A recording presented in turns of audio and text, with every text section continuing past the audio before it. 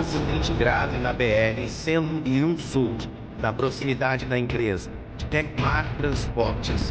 Carro de Santo Agostinho, por volta das 17 horas do dia 10/10/2025. Um acidente com vítima fatal. Um motociclista de nome não informado veio a óbito no local. O SAMU foi acionado, mas o jovem não resistiu. O engarrafamento estava muito intenso. Devido ao acidente, as autoridades de trânsito foram acionadas para o local.